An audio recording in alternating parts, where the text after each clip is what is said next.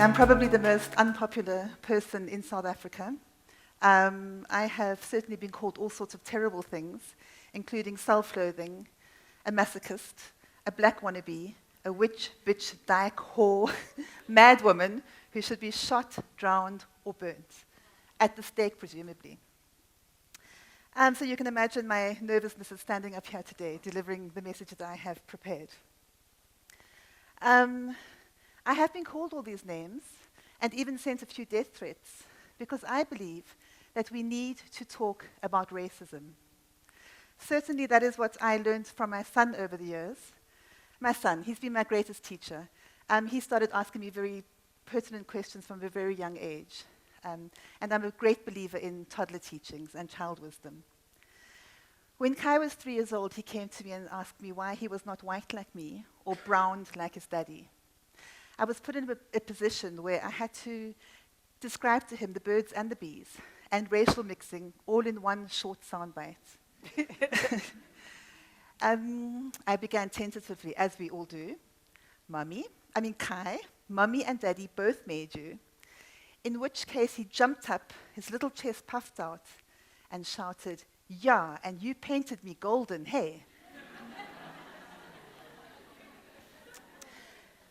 The fact that my son was bright, observant, and wanted to unravel the mystery of his beautiful hue and our three-tone family was not an indictment on what happened inside our home. It was simply curiosity. But it was also what he saw outside on the streets every day that made him decide what he wanted to identify himself as, and that was golden. Later that year, we drove past some street kids. Kai said to me from the back seat of our car, "Shame, Mummy. Black children don't have mummies and daddies' hair." I was then faced with socio-economic issues. How would I explain to a 4-year-old at that stage the workings of a socially divided society that left many of its children homeless, and that most of those children were black? It was then my child sat in the back seat of our car every day as I was on the way to the shopping centers, as I was going here and there, and he witnessed a world that was racially divided, that undervalued the well-being of the majority of people in this country. From what he could tell, white people had a much easier time of it, and so did golden people. It was what he witnessed and what our society reflected back to him that made him sometimes even push this much further and insist that he was not black. I was watching TV one night, the news, and it was even before the Zoomer stage. And Kai came to me and said, "Mommy, black men are Tutsis, hey?" I was shocked. I said to him, "Kai," and I often did this, I'd have to go back to the people in his life and take him through this process. "Kai, what color is Daddy?" "Daddy is black." "What color is Granddad?" "Granddad's also black." "Are they Tutsis?" "No." So, you see, Kai, don't let anyone tell you that all black men are Tutsis. It was then that I understood that I would have to step into a different reality to help my child navigate these multiple negative images that were coming out at us daily in the media about blackness. I would also have to find this vocabulary to explain the many racial incidents that were happening on our social landscape, but which our society chose not to discuss. Years later, Kai is bigger now, racism remains the one conversation that we simply do not want to have. And I am a firm believer that this is one of the reasons why our society remains an untransformed society 20 years into our democracy. Racism doesn't just go away because we don't want to deal with it. It doesn't just run around the corner because we say it doesn't exist. Racism is a pathological disease. It is there, and it erupts when we don't treat it at its very root.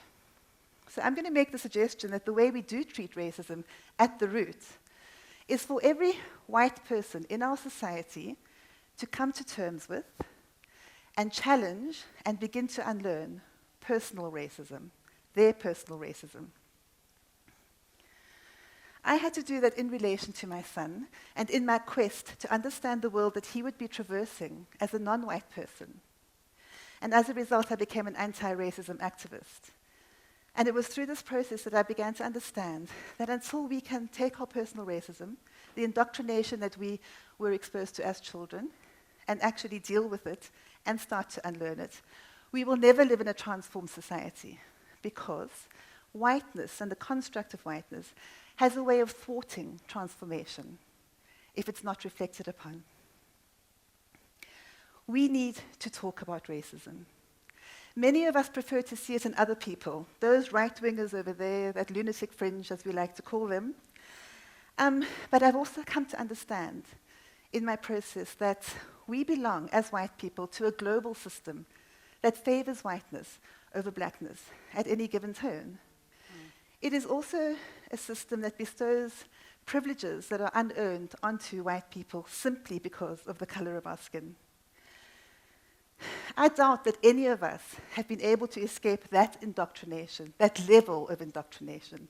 It's just automatic. It becomes part of our automatic way of being. The horrible truth is that we were also taught negative things about blackness from the moment we passed into the realm of language. If not by our families, then most certainly by this system of whiteness. This is the hardest thing to admit to as white people. So hard, in fact, that many of us prefer not to do the work. And instead, we want to say that we live in this non-racial world, this non-racist world, this rainbow nation. But we don't. And this is how I know why. My son is now 14 years old. He has a taste for hoodies and rap and hip-hop clothing. He carries a smartphone in his pocket, which he reaches for way too often to text his friends. He has a beautiful face and temperament still. But we taught him at a very young age to stand up for his own rights and to voice the injustices he saw in the world around him. It has been suggested to me so many times that his face is so sweet that nobody would ever do Kai any harm. But Trayvon Martin had a sweet face too. And somebody shot him down, profiled him and shot him down in cold blood recently in the States. The horrible truth is that no matter how sweet my son's face is, somebody may also perceive him as a threat one day if he reached into his pocket at just the wrong moment for his phone. Or just simply because he's black. Like Trayvon Martin, he wouldn't take abuse lying down. He would stand up to somebody pointing a gun at him for no apparent reason. I know this because of the way he responded when I told him the story about my husband going to draw money from the Walkerville Spa last year and being surrounded by neighborhood watchmen. He had to go to the Walkerville Spa twice because he was buying thatch from somebody on the street, and he hadn't drawn enough money the first time. The second time he went to the Walkerville Spa to draw that money, somebody alerted the neighborhood watch. And they came like a small army of white men in buckies, armed to the hilt, with their guns at the ready, and ambushed him as he walked out of that shopping center. My husband had to control his anger because he knew that a black man, angry, outside a bank, surrounded by white men with guns, could easily get shot down in cold blood, simply for being black. It didn't matter that he drove a smart car or that he was smartly dressed. His blackness was enough reason to profile him as a potential criminal, if not a criminal.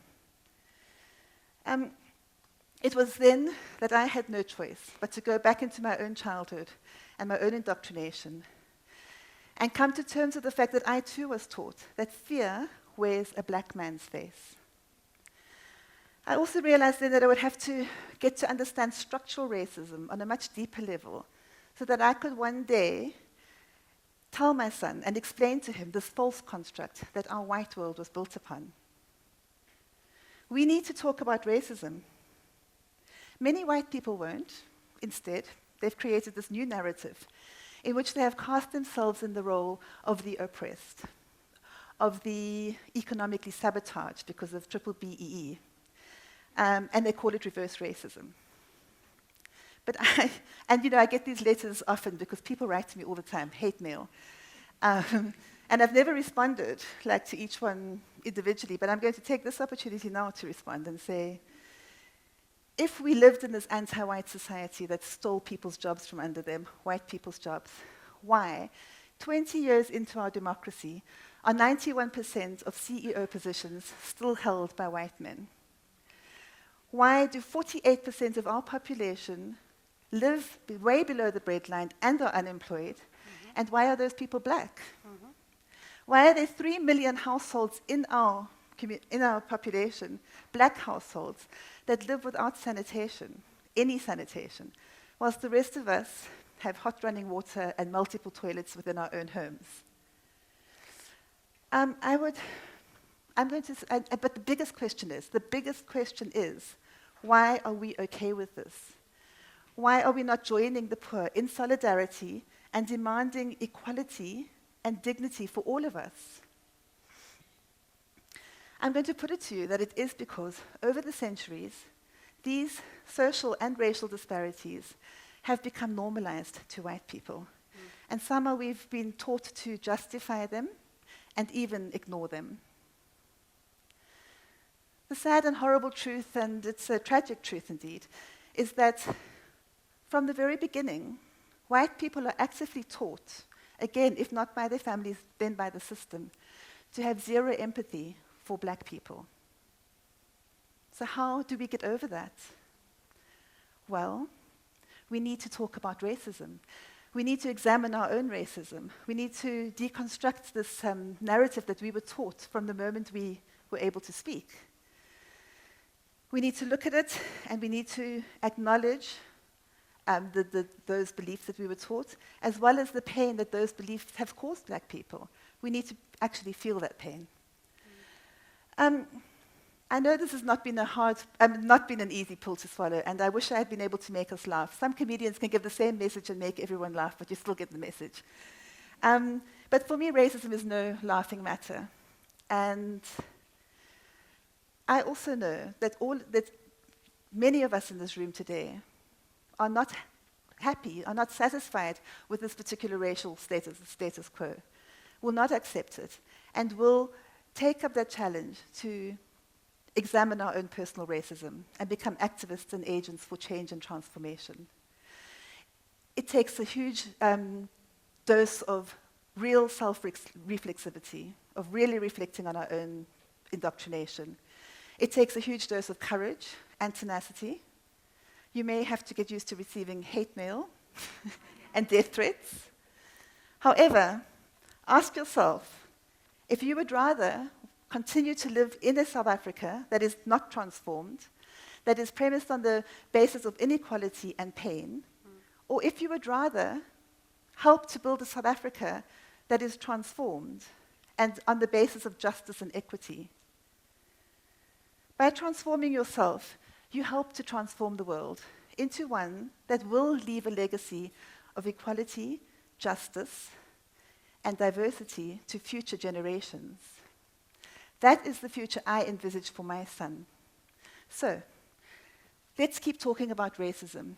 Let's talk about racism until we have spoken racism into oblivion, because oblivion is exactly where racism belongs.